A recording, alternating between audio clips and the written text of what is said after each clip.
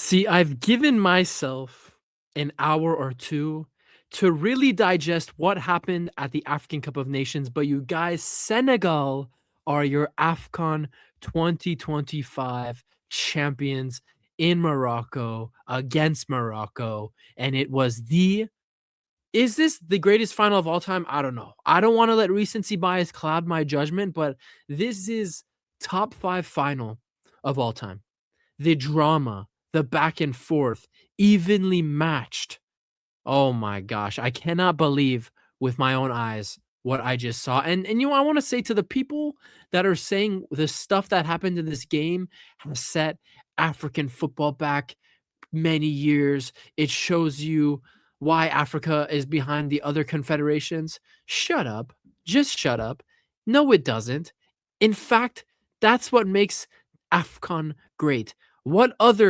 When will you see that from any other team in the world? You won't. And I support the Senegalese players, the coaching staff, the team, the manager boycotting because they were about to be royally screwed out of being the rightful African Cup of Nations champions. So let's get that straight. I support 100% the Senegalese boycotts of the game. And obviously, we know what happened after that. We're going to break it down. We're going to talk about it. Like, subscribe. The Afcon's over, whatever. I'm sad. But the good thing about Afcon compared to the other tournaments is that it's every 2 years. So we will be right back here very soon. Time flies for Afcon 2027. But until then, we're going to have to wait. Let's talk about the game. 1-0, Gueye with the banger of a shot. Amazing strike in the 94th minute, 4 minutes into extra time to seal the deal for Senegal. But it's more than that goal. What happened in this game was more than that goal.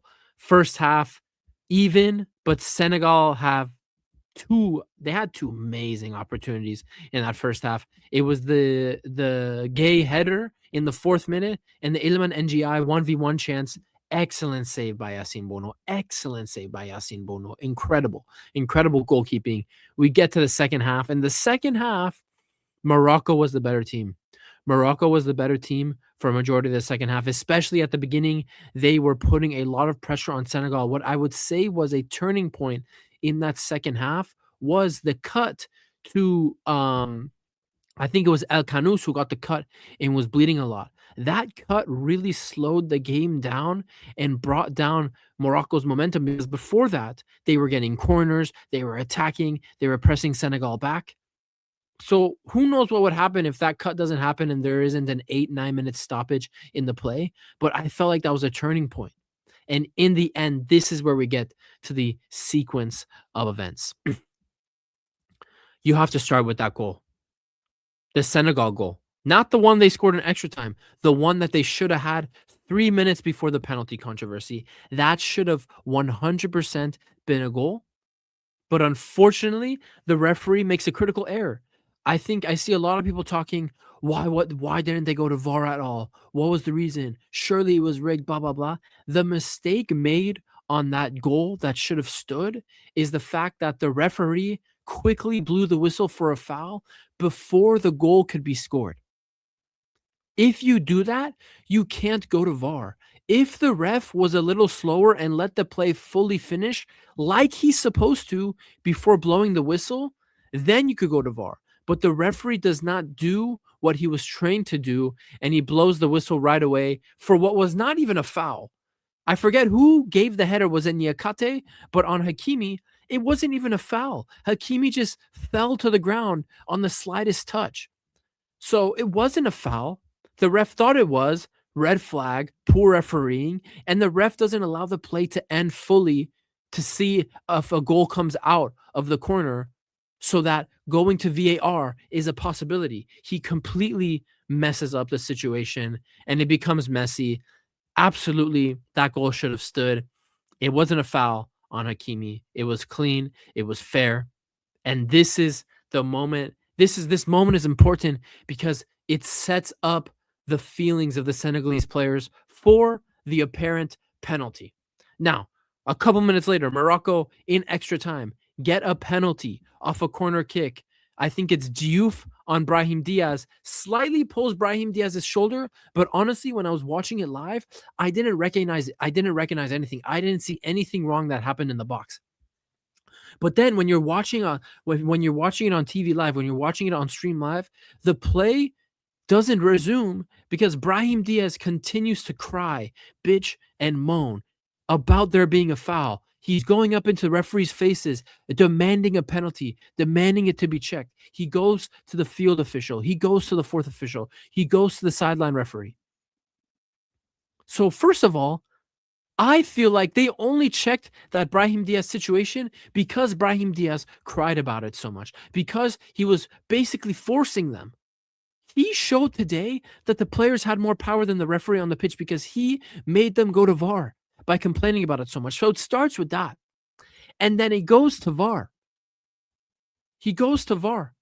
I was thinking when he was complaining to the ref and they finally show the replay of what Juve did, I'm like, no way there's going to go to VAR. No way. But all of a sudden, the referee goes to VAR and all hell breaks loose. The referee goes to the monitor. All of the Senegalese staff, Moroccan staff, Senegalese players are surrounding the referee around the monitor because this is the last second of the game. This would be the last kick of the game, the penalty. There would be no way back for Senegal. The Senegalese players they knew it was the end. If they gave this penalty, they knew it was the end. And when the referee typically gets sent to the monitor, it always is a reversal of the decision. And the fact that the referee still looked at the replay, he still looked at the replay and decided that that was a penalty, disgraceful. Absolutely disgraceful.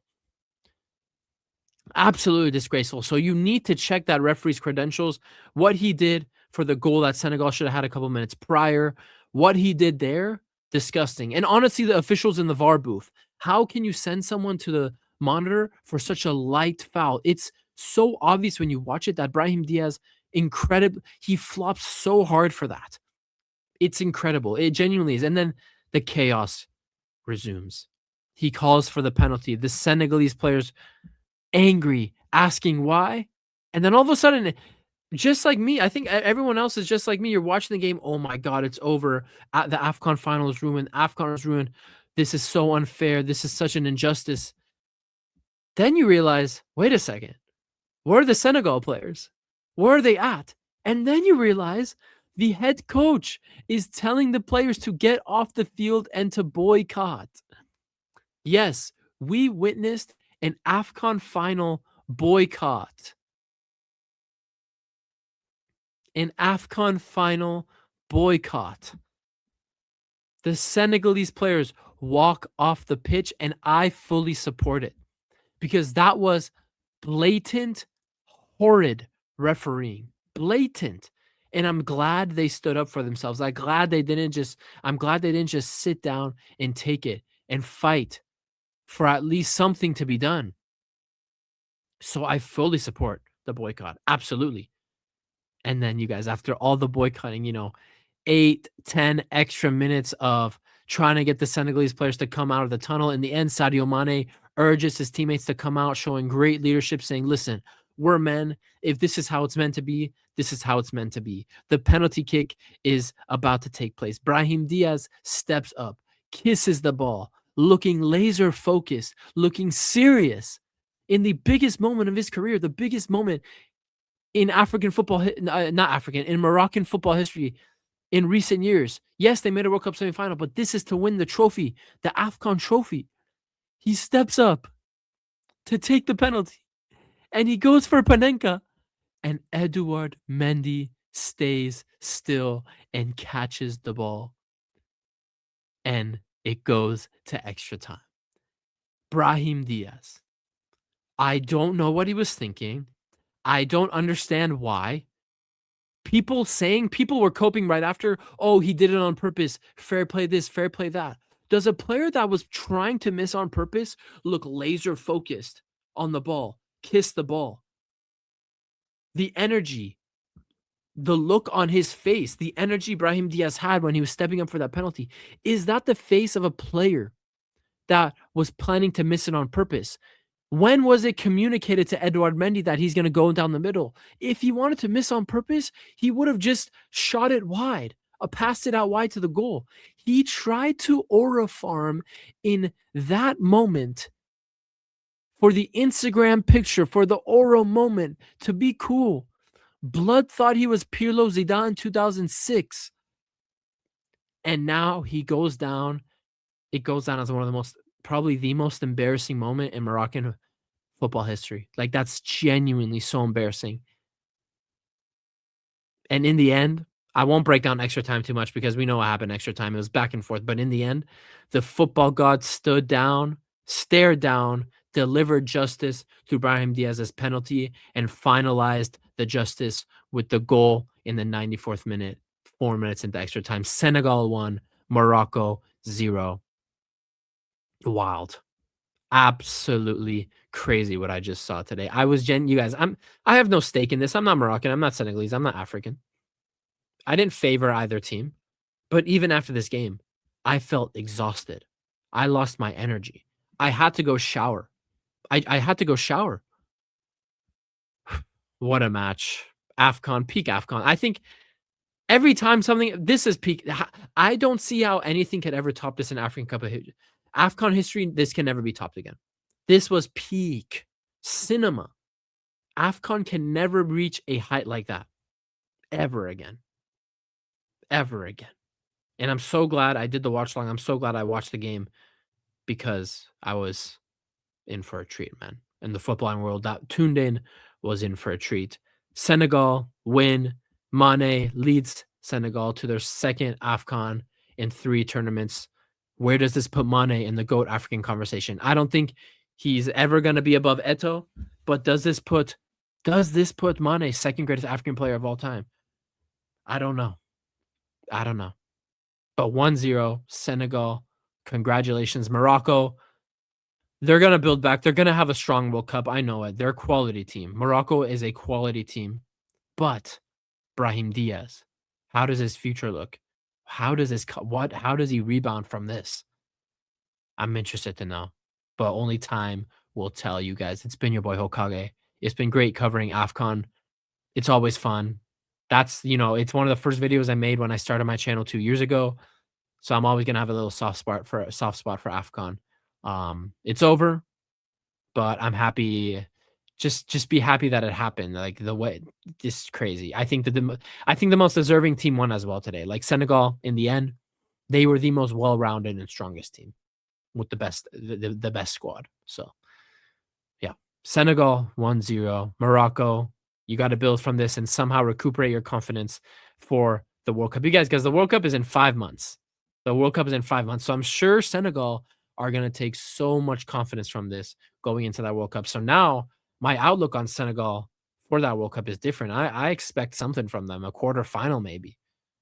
Those are the expectations now. So we'll see what happens. It's been your Gueye Hokage. Yeah, AFCON history was made. Still crazy. But yeah, if you'll stick around for the Bayern content, I know AFCON is done. If you stick around for the Bayern content, cool. If you don't, if I never see you again, leave a like, leave your comments in the below. What do you think? Should Moroccans be mad at Brahim Diaz? Should the Senegalese boycott it like that? Did the referee make a mistake? Was that not a penalty? Was it? Did the referee make a mistake on the goal that Senegal should have had? Let me know your thoughts in the comments. Until then, I'll see you guys whenever I see you. If you tune in for the rest of my videos, that's cool. But yeah, until then, it's been your boy Hokage. Peace.